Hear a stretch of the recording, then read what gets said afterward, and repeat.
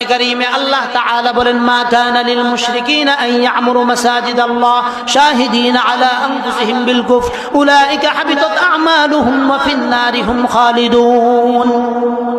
মুসলমান বাবাজিরা আমার, আল্লাহ তাআলা কোরআনে কারীমের সূরা তাওবার 17 নম্বর আয়াতে আল্লাহ তাআলা বলতেছেন মা কানা লিল মুশরিকিন আন ইয়ামুরু মাসাজিদাল্লাহ।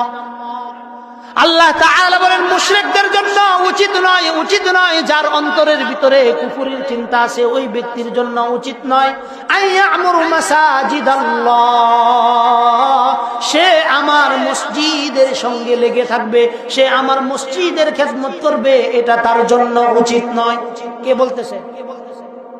কি জন্য বলতেছেন? আমরা আল্লাহকে প্রশ্ন করলাম যে যার ভিতরে কুফর থাকবে, শিরক থাকবে, সে কি জন্য একথা?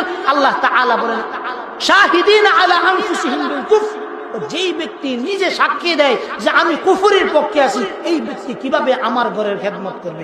এখন এই আয়াতের শানে নজুলটা একটু বইলে দেই। এই আয়াতের শানে নজুল হলো আল্লাহ রাসূলের চাচা আব্বাস বদর যুদ্ধে তিনি কি হয়েছেন? বন্দী হয়েছে।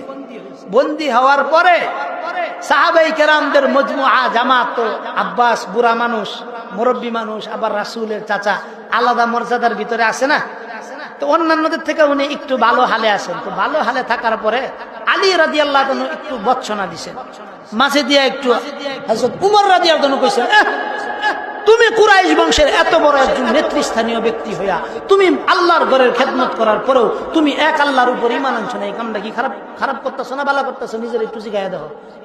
বলতেছেন কে? সাহাবায়ে কেরামদের মধ্যে থেকে দুইজন, আলী রাদিয়াল্লাহু তাআলা আনহু এবং হযরত উমর রাদিয়াল্লাহু তাআলা।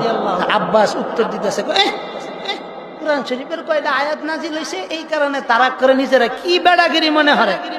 আল্লাহ আমগরে কি দায়িত্ব দিয়েছে জানো? কি আমরা মসজিদের খেদমত করি, হাজিদের কি করি? খেদমত করি। হাজি করে পানি খাওয়ায়, হাজি করে অসুস্থ হয়ে গেলে তাদের সেবা শুশ্রূষা করি। তা আল্লাহ আব্বাসের কথাই এই আয়াতের ভিতরে কইতেছে মা কানা লিল মুশরিকিন আন ইয়ামুরু মাসাজিদাল্লাহ। আল্লাহ তাআলা মুশরিকদের জন্য এটা উচিত নয় যে তারা আমার ঘরের খেদমত করবে। কেন? শাহিদিনা আলা আনফুসিহিম বিল কুফর, তার ভিতরে তো কুফরের গন্ধ আছে। যেই ব্যক্তির ভিতরে কুফরের গন্ধ আছে এই ব্যক্তি যেন আমার ঘরের খেদমত না করে। তো আল্লাহ তাআলাকে আমরা প্রশ্ন করলাম আল্লাহ এই ব্যক্তি করতো না ঠিক, কিন্তু খেদমতটা কারা করব? তাদের সিফাত কি? তাদের বর্ণনাটা কি? এটা আল্লাহ আমরা প্রশ্ন করলাম। তো রব আপনি একটু বইলা দেন আল্লাহ তাআলা কি বলতেছেন, ভালো করে খেয়াল করেন। আল্লাহ তাআলা বলতেছেন